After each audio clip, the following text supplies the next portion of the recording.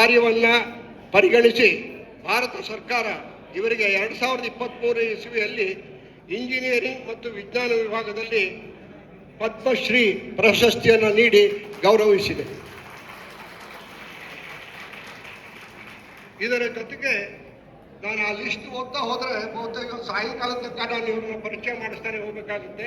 ಆದ್ದರಿಂದ ಒಂದೇ ವಾಕ್ಯದಲ್ಲಿ ಹೇಳಬೇಕು ಅಂತಂದರೆ ಅನೇಕ ಅಂತಾರಾಷ್ಟ್ರೀಯ ಗೌರವಗಳು ಮತ್ತು ಸಂಶೋಧನಾ ಸಂಸ್ಥೆಗಳ ಸದಸ್ಯತ್ವ ಮತ್ತು ಪ್ರಶಸ್ತಿ ಇವರಿಗೆ ಲಭಿಸಿದೆ.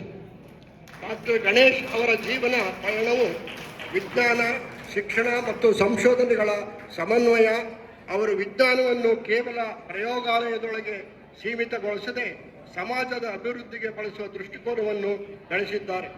ಮಾನ್ಯರೇ, ಇಂತಹ ಮಹಾನ್ ವಿಜ್ಞಾನಿಯನ್ನು ನಮ್ಮ ಕಾರ್ಯಕ್ರಮದಲ್ಲಿ ಗೌರವಪೂರ್ವಕವಾಗಿ ಪರಿಚಯಿಸುವುದು ನಮ್ಮೆಲ್ಲರಿಗೂ ಹೆಮ್ಮೆಯ ವಿಷಯ.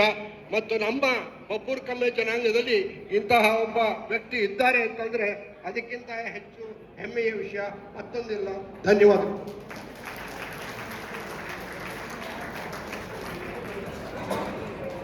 ಧನ್ಯವಾದಗಳು ಸರ್. ಇದೀಗ ಮುಖ್ಯ ಅತಿಥಿಗಳಿಗೆ ಗೌರವ ಸಮರ್ಪಣೆ. ನಮ್ಮ ಅಧ್ಯಕ್ಷರು ಈ ಕಾರ್ಯಕ್ರಮವನ್ನು ನೆರವೇರಿಸಿಕೊಡಬೇಕೆಂದು ಪ್ರಾರ್ಥನೆ.